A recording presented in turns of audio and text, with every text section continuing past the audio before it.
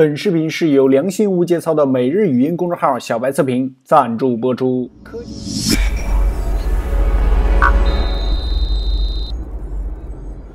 Hello， 大家好，欢迎收看这一期的小白测评，我是王炯，又和大家见面了。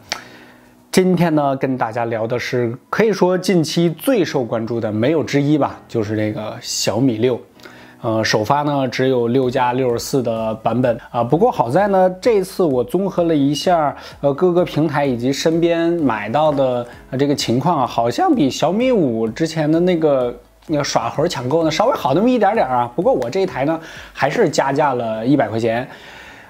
为什么说它是最近最受关注呢？因为本来还有一台机器就是 S8， 但是三星 S8 呢，可能由于一些各种各样的原因吧，大陆地区呢是延迟到了5月25号啊。不过我也是预定了，到时候呢那个视频呢也会给大家带来。OK， 咱们来说今天的主角小米6。之前呢，我做了一期视频啊，在线下呢，这个小米之家呢，给大家做了一个比较简单的体验吧。就是在外观方面啊，还有就是它的整个设计方面，跟大家先简单的聊了一聊。这一次的这个视频呢，就着重的说说它的性能，它的这个性价比呢还是非常高的。那么它这个价格配上它这些配置，实际使用体验到底怎么样呢？废话少说，小白测评，咱们小米6不客观真体验马上开始。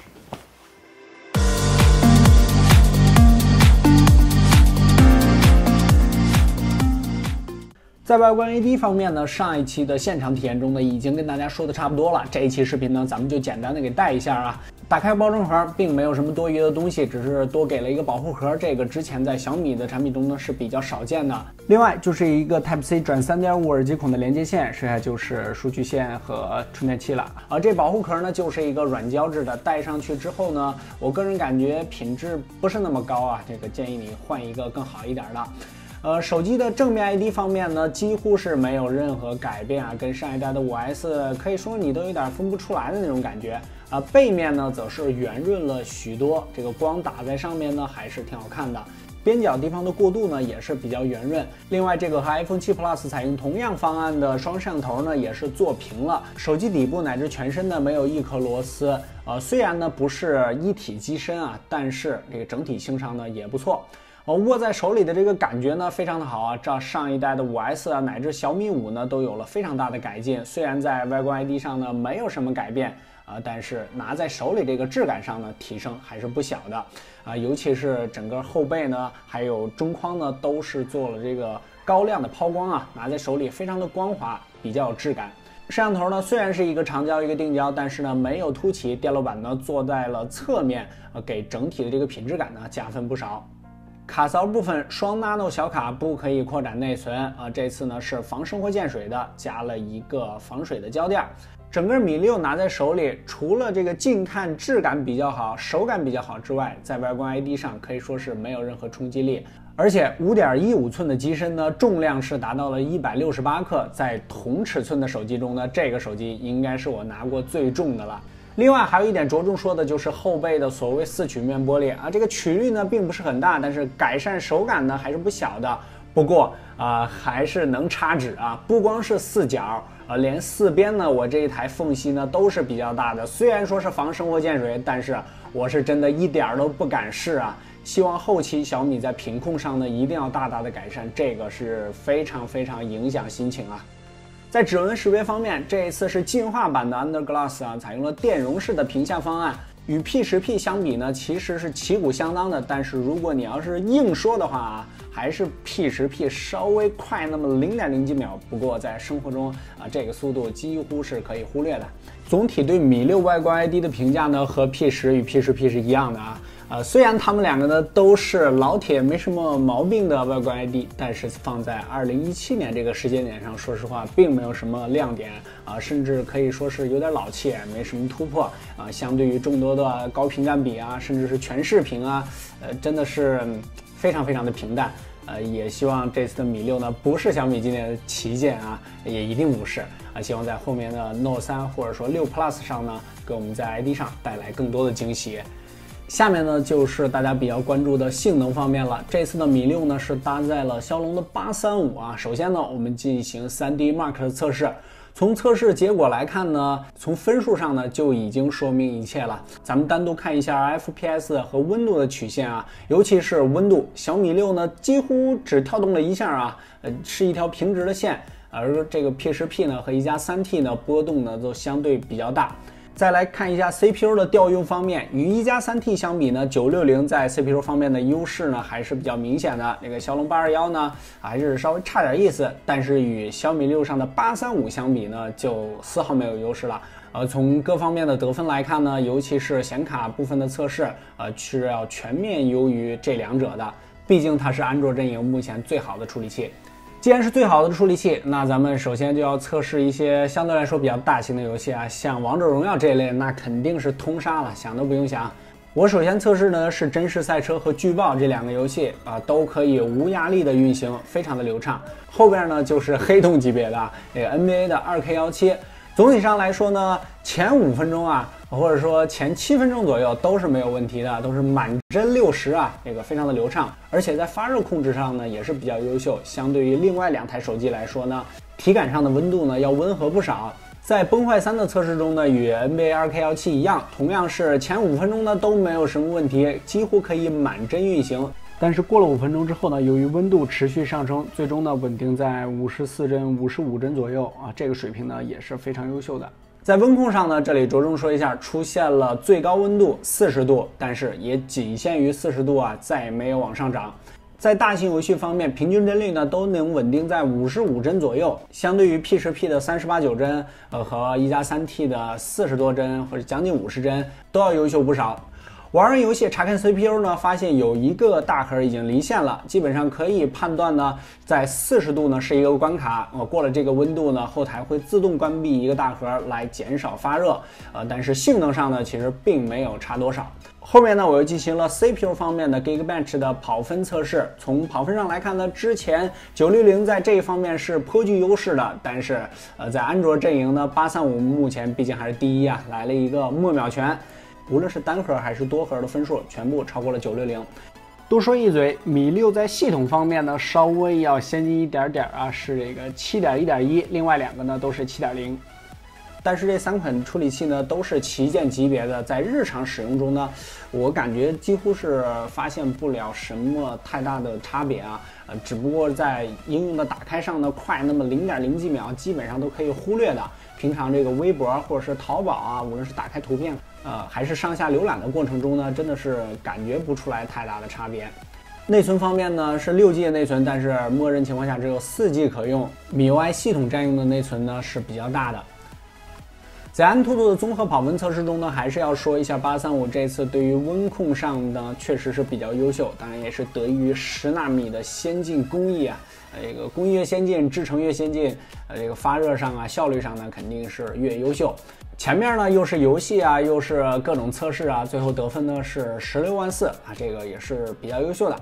OK， 又到了喜闻乐见的掉粉时间了，没有赞助商，咱们就给自己打个小广告啊！如果你觉得每一期1-20分钟的视频不过瘾，欢迎加入我们的微信公众号小白测评。好吧，我知道这个名字直白且土气啊，但是却干货满满。不仅能在此直接收看近期的所有视频，小白我每天跟你语音聊天，新鲜的科技圈资讯，精彩的幕后花絮，这些都是少不了的。打开微信，直接搜索小白测评，或者扫描视频中频繁闪现的二维码，你的关注就是我的动力。每天我在那等你，期待加入。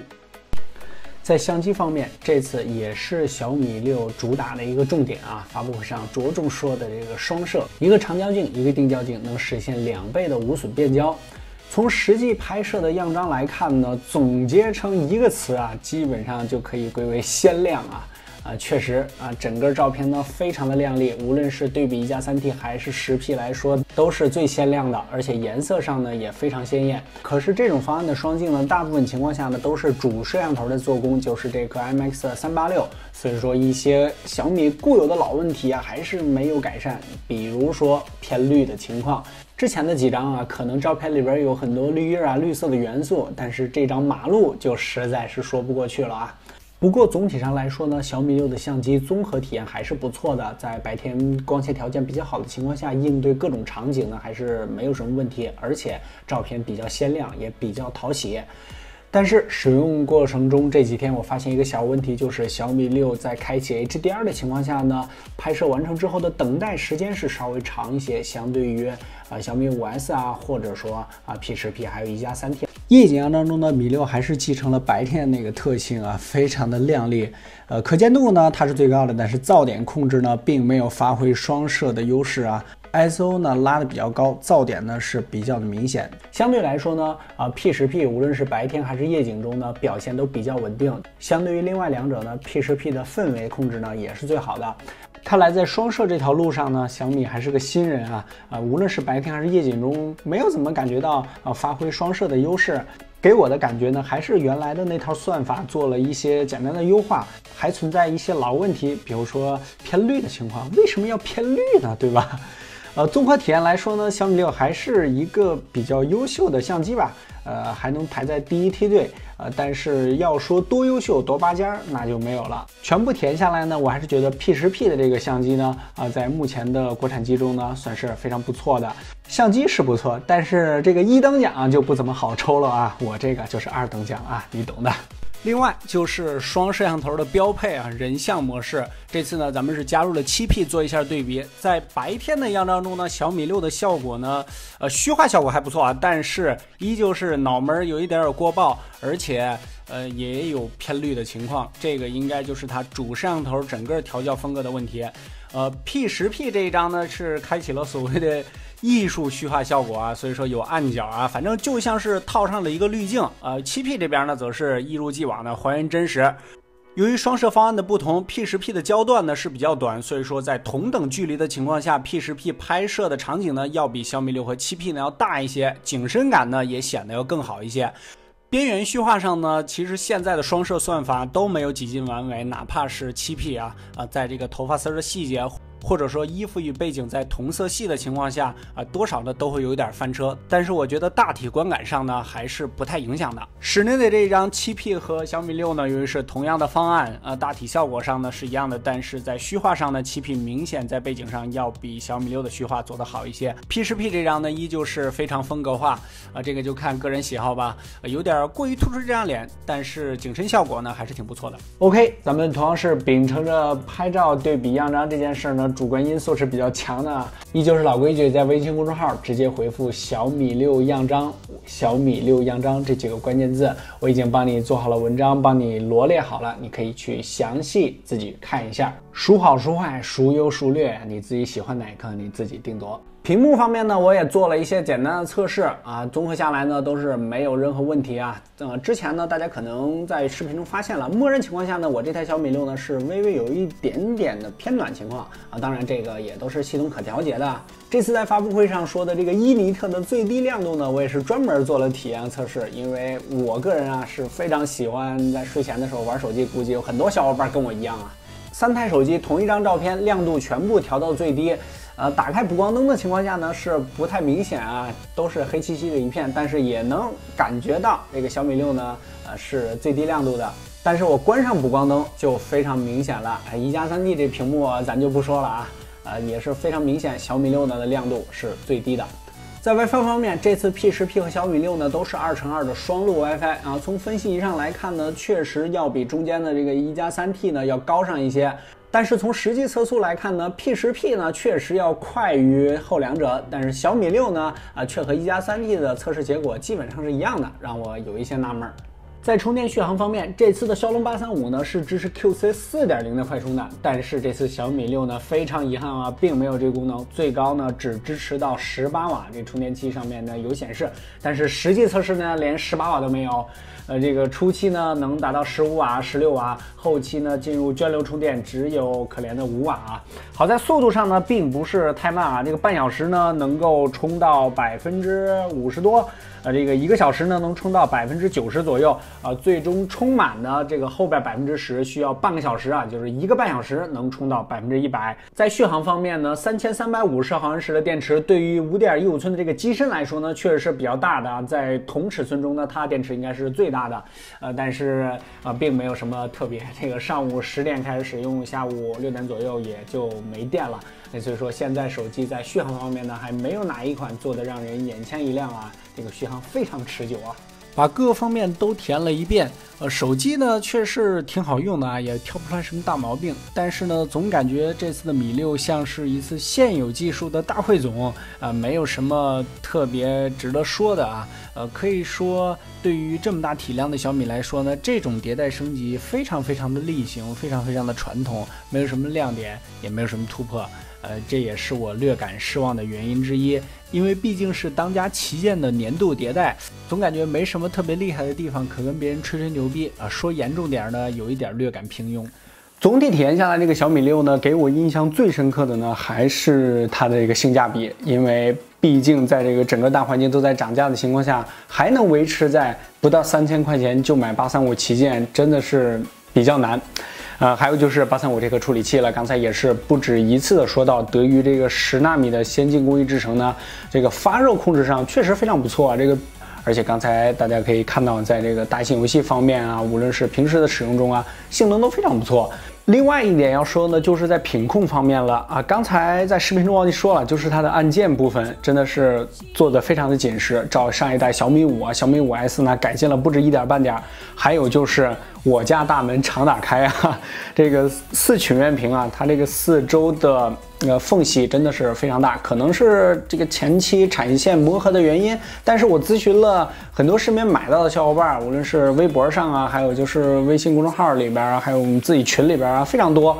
都说这个缝隙是比较大。看来这个前期的问题呢，还是有点严重的啊。如果你要是特别在意这个问题的话呢，可以稍微往后等一等，反正你前期也买不到，对吧？就是目前小米6呢，还是市场上性价比最高的手机，而且暂时在性价比这块呢，也没有什么对手，因为835目前能买到的就不多嘛，就是没有什么亮点吧。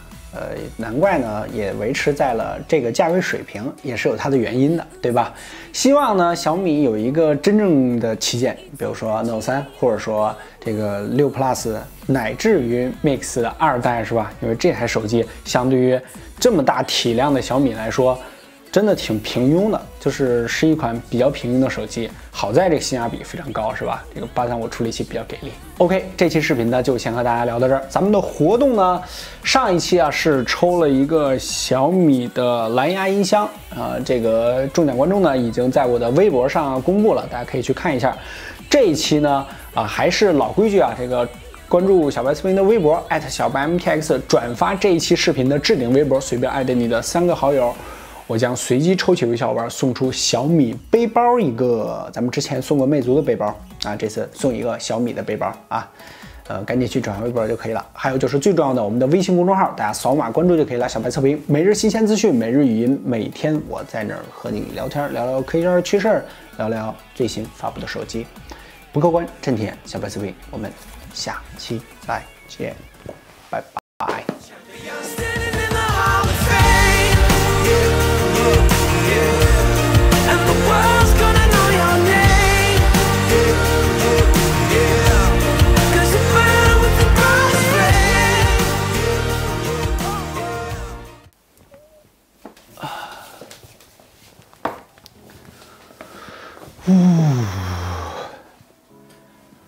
OK， 最近呢发生了一大堆的事儿啊，无论是我自己这块儿，还有就是科技圈、手机圈发生了一大堆事儿。首先说一下我自己这边啊，我自己这边呢就是毕业季，大4了，要滚蛋了，然后比较伤感。还有就是关注我微博的都知道，这个论文被毙了，然后被毙的这个原因特别可笑，就是我花了好长时间写的特别精彩的核心论点都没有看，因为空格，因为我那个行间距有一段没有调好，然后因为格式问题被给毙了。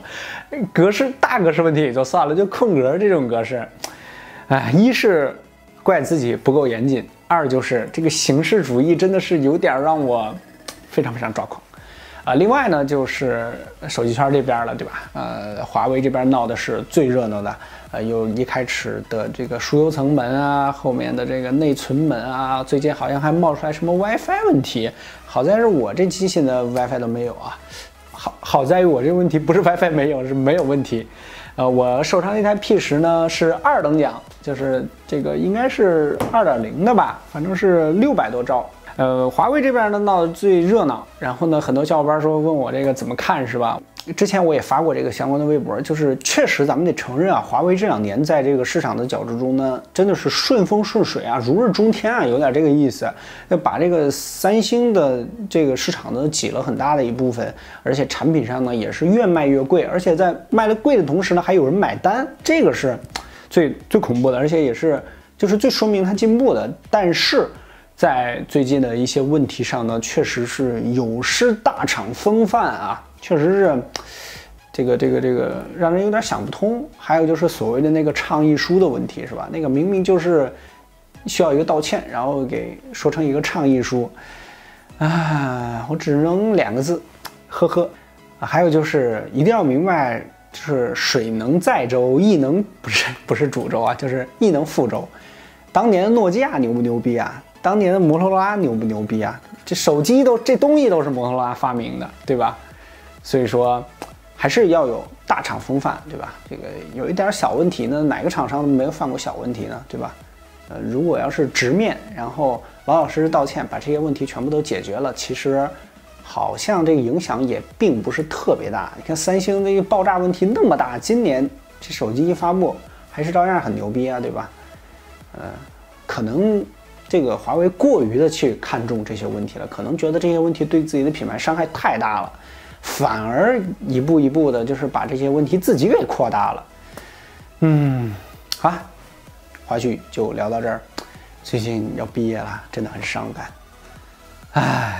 4年啊，怎么就这么快？